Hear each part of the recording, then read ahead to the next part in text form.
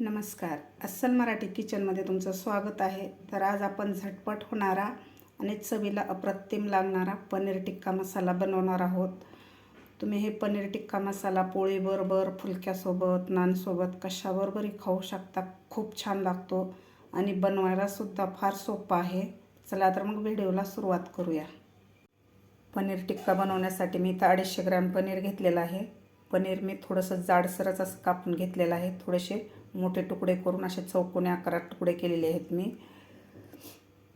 त्याबरोबरच मी कांदा घेतलेला आहे, असा चौकोनी आकारात जाडसर कापून घेतलेला आहे. 2 शिमला मिरची अशा प्रकारे मी कापून घेतलेले आहेत. चौकोनी आकारात जाडसर कापून घेतलेले आहे.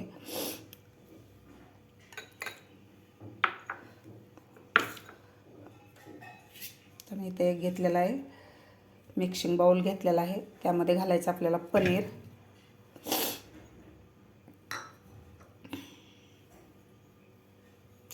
कापून घेतलेला कांदा, शिमला मिरची. आता यामध्ये घालायचं आपल्याला अर्धा कप दही घेतलेला आहे मी. दही मी फ्रेशच घेतलेलं आहे आणि थोडंसं घट्टच दही घ्यायचं आहे आपल्याला. जास्त पातळ दही घ्यायचं नाही आपल्याला. आता यामध्ये घालायची आपल्याला थोडीशी कोथिंबीर, 1 चमचा काश्मीरी लाल तिखट, 1 चमचा धना पावडर, अर्धा चमचा भाजलेल्या जिऱ्याची पूड, 1 चमचा किचन किंग मसाला घेतलेला आहे. या ठिकाणी तुम्ही गरम मसालासुद्धा वापरू शकता. पाव चमचा हळद, अर्धा चमचा चाट मसाला. इथं मी 1 चमचा कसुरी मेथी घेतलेली आहे. ती आपल्याला हातावर चोळून घालायची आहे. अर्धा चमचा मीठ किंवा चवीपुरतं. आता व्यवस्थित आपल्याला हे मिक्स करायचं आहे.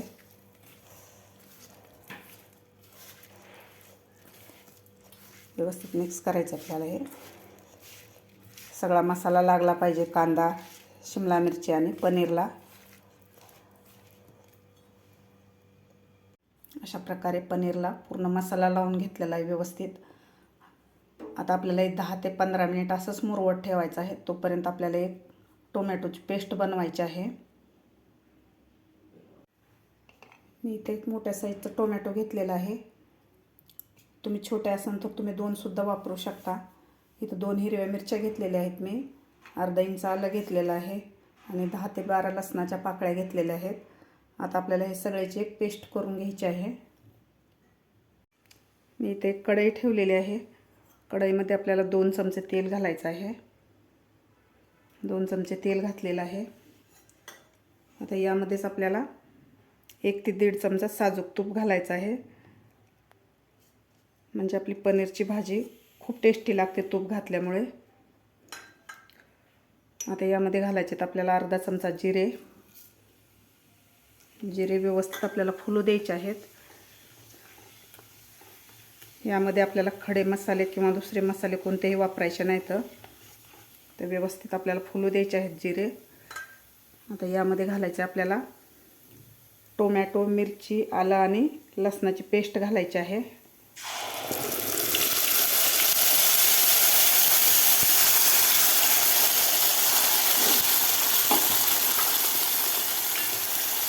पेस्ट आपल्याला व्यवस्थित परतून घ्यायची आहे 2 ते 3 मिनिट.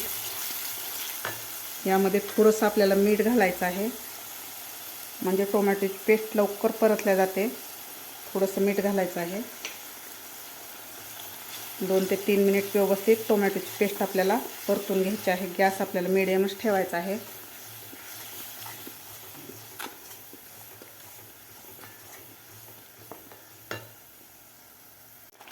2 ते 3 मिनिट मी हे टोमॅटोची पेस्ट परतून घेतलेली आहे.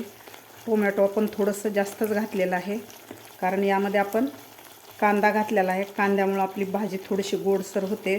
त्यामुळं टोमॅटो जास्तीचं घातल्यानंतर टोमॅटोची पेस्ट थोडीशी बॅलन्स करते आपल्या भाजीला आणि चवसुद्धा खूप छान लागते.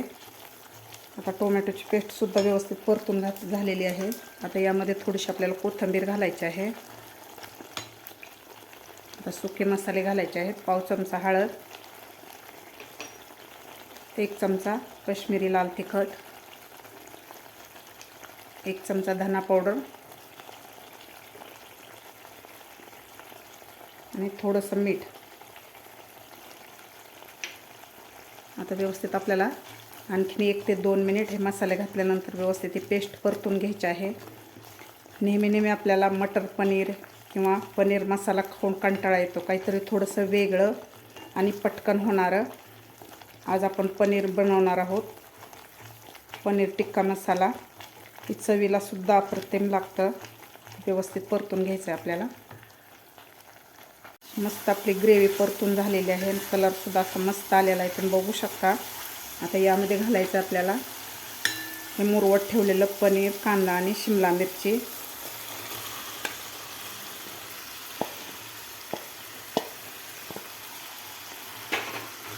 आता व्यवस्थित आपल्याला हलवून घ्यायचं आहे हलक्या हातानं.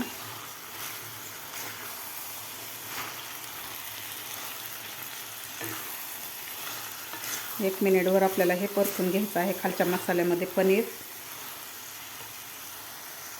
1 मिनिटभर मी व्यवस्थित पनीर परतून घेतलेलं आहे मसाल्यामध्ये. आता यामध्ये घालायचं आपल्याला मुरवत ठेवलेला पनीर होतं त्या बाउलमध्ये, त्यामधलंच मी अर्धा कप पाणी घालते. आपल्याला जास्त पाणी घालायची गरज नाही. तर हलक्या हाताने आपल्याला परत एकदा मिक्स करून घ्यायचं आहे.